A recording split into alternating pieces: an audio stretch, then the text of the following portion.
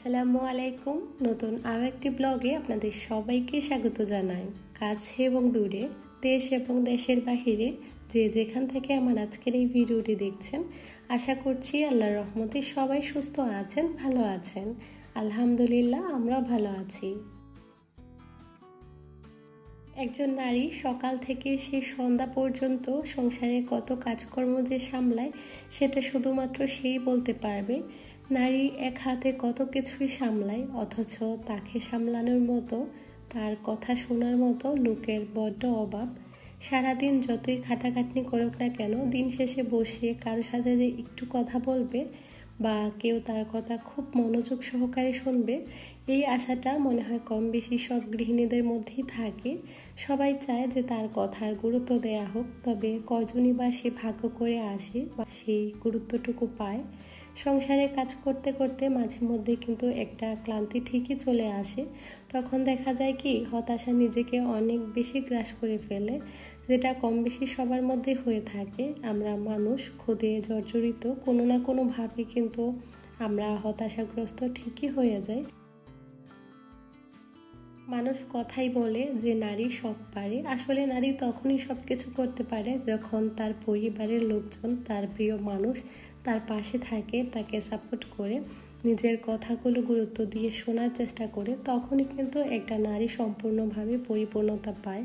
একটা মেয়ে জন্ম হওয়ার পর থেকেই বোঝার বয়স অবধি, তারপর থেকে যতটুকু সময় যায়, এর মধ্যেই কিন্তু নানানভাবে নানান অভিজ্ঞতার সম্মুখীন হয়। কারো কাছ থেকে সেটা শুনে অথবা চলতে ফিরতে কারো কাছ থেকে শুনতে হয়। তবু চলার পথে নানান অভিজ্ঞতার সম্মুখীন কিন্তু আমরা হয়ে থাকি। বিশেষ করে মেয়েদের ক্ষেত্রে এই জিনিসটা একটু বেশি হয়, তো সাথে আরও কিছু যোগ হয় আর কি।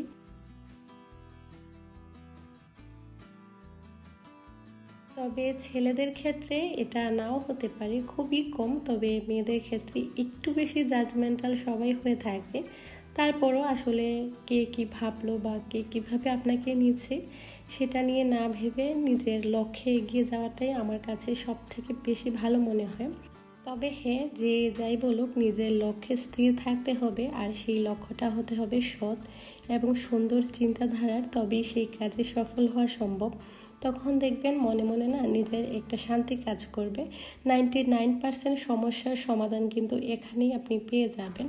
আসলে সমাজে চলতে গেলে অনেক কথার সম্মুখীন হতে হয়, অনেক মানুষের কথা শুনতে হয়, সেগুলো পেছনে ফেলে সামনের দিকে এগিয়ে যেতে হয়। চলার পথে এরকম হাজারো অনেক ভালো মানুষ পাওয়া যায়, দেখবেন ওনারা আপনাকে সঠিক পথ দেখিয়ে দিবে। নিজেকে নিজের কাছে ভালো রাখার মতো শান্তি আর উপলব্ধি আপনি সেটা কোথাও পাবেন না। নিজেকে ভালো রাখার বিকল্প আর কিছুই হতে পারে না। দিন শেষে দেখবেন আপনি আপনার জন্য, তো সব থেকে বেশি গুরুত্ব দেওয়া আপনার নিজেকেই উচিত। দেখবেন আপনি যখন নিজেকে যত্ন করতে বুঝে যাবেন বা নিজে ভালো থাকতে শিখে যাবেন, তখন কোথাও গিয়ে না আপনি কখনো কষ্ট পাবেন না। কেউ চাইলেও সহজে আপনার সুন্দর মনটাকে ভেঙে গুঁড়িয়ে দিতে পারবে না। খারাপ চিন্তা ভাবনা কখনো আপনাকে গ্রাস করতে পারবে না। তবেই আপনি জীবনে ভালো থাকতে পারবেন। আমরা চলার পথে অনেক অভিজ্ঞতার সম্মুখীন হই, অনেক কিছুই দেখি। তবে হ্যাঁ, অন্যের থেকে ভালো গুণগুলো পাওয়া ঠিক আছে, তবে তার থেকে খারাপ গুণগুলো আনা কিন্তু খুবই খারাপ জিনিস। আমরা যখনই অন্যের কাছে যাব বা অন্যের কাছে কোনো কিছু শেখার চেষ্টা করব, সেটা হতে হবে অবশ্যই ভালো। মানুষের খারাপ দিকগুলো কখনো নিজের মধ্যে আনাটা ঠিক না। সেই সাথে অন্য কীরকমভাবে আপনাকে দেখছে বা দেখবে, সেটা বড় ব্যাপার না। আপনি নিজেই কতটুকু ভালো আছেন বা নিজের কাছে নিজে কতটুকু সৎ আছেন, দেখবেন আপনি নিজের কাছে নিজে যখন সৎ থাকবেন, ভালো থাকবেন, তখন নিজেকে খুব ভালোভাবে উপলব্ধি করতে পারবেন। আর অন্যকে আঁকড়ে ধরে বাঁচার চেষ্টা করলে অবশ্যই আপনি হেরে যাবেন, সেখানে বাঁচার কোনো রাস্তাই থাকবে না। সেজন্য নিজের ভালো থাকার রাস্তাটা সবার আগেই খুঁজে নিতে হয়, তবেই তো জীবনে ভালো থাকা যায়। পাশের মানুষগুলো আপনাকে কীরকম চোখে দেখলো বা আত্মীয় স্বজন আপনাকে কতটুকু ভালোভাবে নিচ্ছেন, ওই জিনিসটা না ভেবে নিজের লক্ষ্যে স্থির থাকবেন, দেখবেন সব কাজেই আপনার সফলতা খুব শীঘ্রই আসবে ইনশাল্লাহ। তবে চেষ্টা তো অবশ্যই চালিয়ে যেতে হবে। আমরা যদি অন্যের বৈশিষ্ট্যগুলোকে ফলো করার চেষ্টা করি, তবে অবশ্যই হেরে যেতে হবে। যখন আপনি আপনার বৈশিষ্ট্যগুলো ধরে রাখার চেষ্টা করবেন, দেখবেন তখনই ভালো থাকতে পারবেন। কেউ যখন আপনাকে বলবে যে এই কাজটা হয়নি বা এভাবে করনি, যখন আপনি ওদের মতো হওয়ার চেষ্টা করবেন, দেখবেন দিন শেষে তবুও আপনি কারো কাছেই ভালো হতে পারবেন না। তারপরও আপনার মধ্যে কিছু না কিছু থেকেই যাবে, বা এই কাজটা কিছু না কিছু থেকেই যাবে যে কাজটা কমপ্লিট হয়নি, বা আপনি যে কাজটা করেছেন সেটা ওদের মতো হয়নি, বা ওরা যেভাবে চাচ্ছিল আপনি সেটা করতে পারেননি। তো দেখা যায় কি সেই কাজটাতে খুবই তাড়াতাড়ি আপনার মধ্যে একটা হতাশা চলে আসবে, যেটা আপনাকে সামনে এগিয়ে যাওয়ার জন্য একেবারে ভেঙে দেবে। আপনি যে এগিয়ে যাবেন সেই সাহসটুকু আর আপনার মধ্যে থাকবে না। তো অন্যের মতো হতে গেলে আসলে কখনোই হওয়া সম্ভব না। আপনি যতই নিজেকে পারফেক্ট করার চেষ্টা করুন, দিন শেষে কিন্তু কখনোই আপনি অন্যের কাছে নিজেকে পারফেক্টভাবে ফুটিয়ে তুলতে পারবেন না। আমরা মানুষ মাত্রই ভুল, অনেক কিছু ভুল হয়ে থাকে, কিন্তু সেটা যদি আপনি অন্য কারোর জন্য করে থাকেন, অবশ্যই সেটা বোকামি ছাড়া আর কিছুই না। তো জীবনে চলার পথে অবশ্যই নিজের মনকে গুরুত্ব দিবেন, নিজের পছন্দটাকে প্রাধান্য দিবেন, তবেই জীবনে ভালো থাকতে পারবেন। আর একাকিত্ব দেখবেন জীবনে অনেকটা ভালো এগিয়ে যেতে আপনাকে সাহায্য করবে, গীবত থেকে দূরে রাখবে, মানুষের খারাপ কুটনামি করা থেকে নিজেকে বাঁচিয়ে রাখতে পারবেন। নিজের কাজ নিয়ে নিজে ব্যস্ত থাকবেন, দেখবেন তবেই তো জীবনে ভালো থাকতে পারবেন। একটা প্রবাদ আছে যে অলস মস্তিষ্কেই অনেক ধরনের বাসা বাঁধে, খারাপ চিন্তা থাকে। তো নিজের কাজ নিয়ে ব্যস্ত থাকবেন, সেটা যে কোনো কাজ হতে পারে। দেখবেন সংসারের কাজে যদি আপনার ভালো লাগে, আপনি সেই কাজটাই করতে পারেন, তবে দিন শেষে এটাতেই আপনি ভালো থাকতে পারবেন। ভালো থাকার জন্য যে খুব বেশি কিছু প্রয়োজন হয় তা কিন্তু না। আপনার যদি ভালো লাগে খোলা আকাশের নিচে কিছুটা সময় বসে থাকলেন, দেখবেন সব ক্লান্তি এখানেই মুছে যাবে, অনেক বেশি ভালো লাগা কাজ করবে। আজকে কথা বলতে বলতে আমার আপুদের সাথে অনেক কথাই বলে ফেললাম। আসলে ক্ষুদ্র এই জীবনের অভিজ্ঞতা থেকে টুকটাক কিছু কথা আপনাদের সঙ্গে শেয়ার করতে পেরেছি। একা থাকতে থাকতে না অনেক অভিজ্ঞতাই হয়েছে, তাই সেই অভিজ্ঞতা থেকেই কিছু কথা শেয়ার করলাম। জানি না আপনাদের কাছে কেমন লেগেছে, তবে আমি জানি আমার আপুরা আমার থেকে অনেক বেশি জ্ঞানী এবং গুণী, আমি তাদেরকে অনেক বেশি সম্মান ও শ্রদ্ধা করি। তো যেহেতু মাঝে মধ্যে আপনাদের সঙ্গে অনেক কথা শেয়ার করি, তাই আজকে এই কথাগুলো বললাম। জানি না আপনাদের কাছে কেমন লেগেছে, আপনাদের কাছে ভালো লাগলে সেটাই আমার প্রাপ্তি, আর আমি আশা করছি যে আপনাদের কাছে ইনশাআল্লাহ ভালো লাগবে।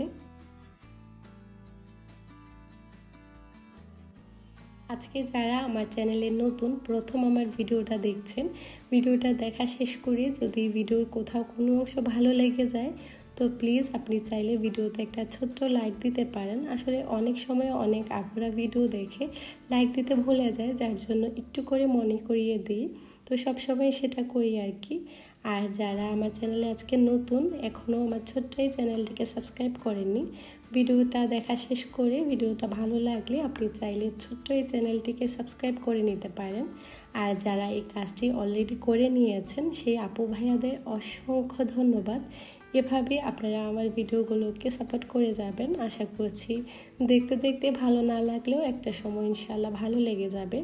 আর আমার অনেক ভুল ত্রুটি হয়ে থাকে কথার মধ্যে, যদি আপনাদের কারো কাছে খারাপ লাগে বা আমি ভুল করে থাকি, অবশ্যই ক্ষমা সুন্দর দৃষ্টিতে দেখবেন। আজকে আর সংসারের টুকটাক কাজ সম্বন্ধে তেমন কিছু বলাই হয়নি। কথা বলতে বলতে কখন যে এত কথা বলে ফেলেছি নিজেরই মাঝে মধ্যে অবাক লাগে। আসলে মন খুলে না কথা বলতে পারি আপনাদের সঙ্গে, সেই সাথে আপনাদের সুন্দর সুন্দর কমেন্টগুলো পড়তে পারলে আমারও বেশ ভালো লাগে। তো আপনারা আপনাদের মূল্যবান মতামত অবশ্যই আমাকে কমেন্ট করে জানাবেন, আমার কাছে বেশ ভালো লাগবে। তো আমি এখানে রান্না করে নিয়েছিলাম।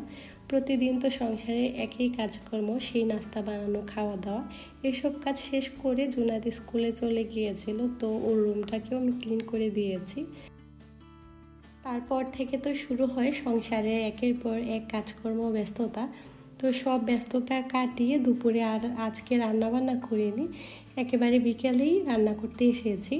প্রায় দিন আমি রাতেই রান্না করি, তো আজকে বিকেলবেলা ভাবছি যে রান্নাটা করে ফেলি। পাশাপাশি আমি বিকেলের নাস্তার জন্য এখানে চিকেন বান বানিয়ে নিয়েছি।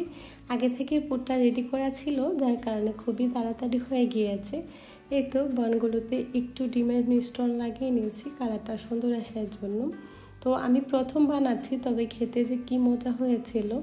আসলে প্রায় সময় বাচ্চাদের জন্য এভাবে বাসায় একটু হেলদি করে বানিয়ে নিলে বাচ্চারাও বেশ পছন্দ করে।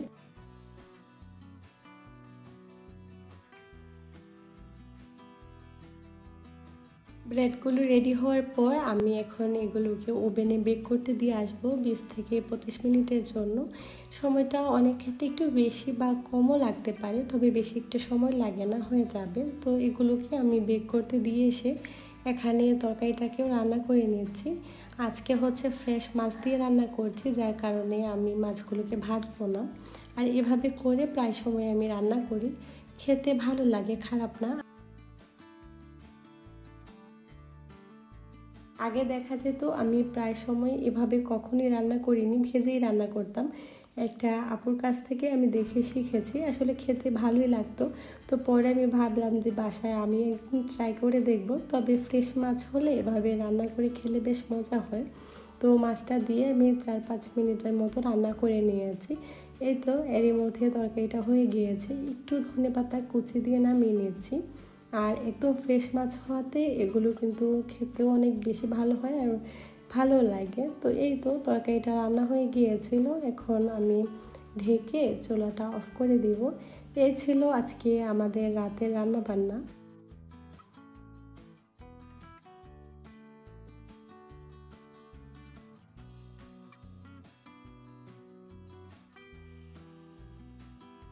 রান্নাবান্না শেষ করে বিকেলে একটু বাহিরে বের হয়েছিলাম সন্ধ্যার আগ মুহূর্তে। তো এখন প্রায় সন্ধ্যা হয়ে এসেছে, ওভেন থেকে চিকেন বানগুলোকে বের করে নিয়েছি।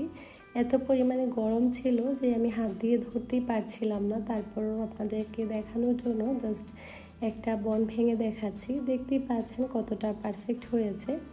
আমি যখন ভিডিওটা করছিলাম পরে আমার বেশ আফসোস হচ্ছিল যে প্রথম দিকে কেন ভিডিও করিনি, তাহলে ফুল রেসিপিটা আপনাদের সঙ্গে শেয়ার করতে পারতাম। এই যে দেখতে পাচ্ছেন বনগুলো কতটা পারফেক্ট হয়েছে, খেতে যে অনেক মজার ছিল, বাচ্চারা অনেক বেশি পছন্দ করেছে। তো এটাই ছিল আমাদের বিকেলের নাস্তা।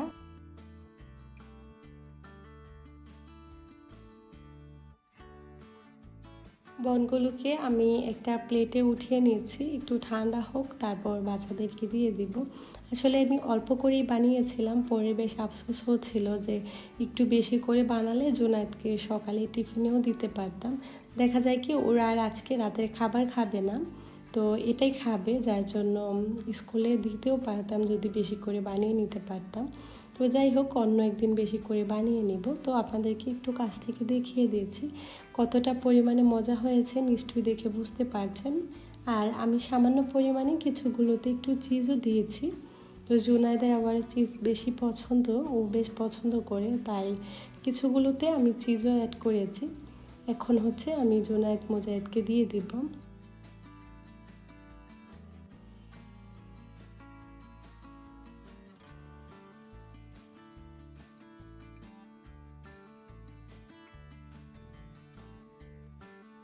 মাগরিবের নামাজ আদায় করে বেশ কিছুটা সময় রেস্ট করছিলাম, হঠাৎ করে মনে হলো যে বেশ কিছুদিন আগে আমি এটা এনে রেখেছিলাম বাসায়, একদমই এই কাজটা আর করা হয়নি। এই ধরনের কাজগুলো কিন্তু আমার কাছে বেশ ভালো লাগে, তবে পারি না বলে ওভাবে করা কখনো হয় না। তো অনেক শখ করে এইটা এনেছিলাম, তো বাচ্চাদের জন্য এনেছি, ওরা পাশে বসে ওদেরটা ড্রয়িং করছে আর আমি এখানে যতটুকু পারছি আর কি হালকা পাতলা করে একটু পেন্ট করে নিয়েছি।